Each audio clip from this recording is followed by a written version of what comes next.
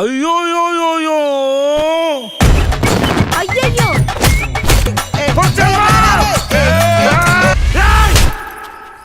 லே லே லே லே லே லே லே லே லே லே.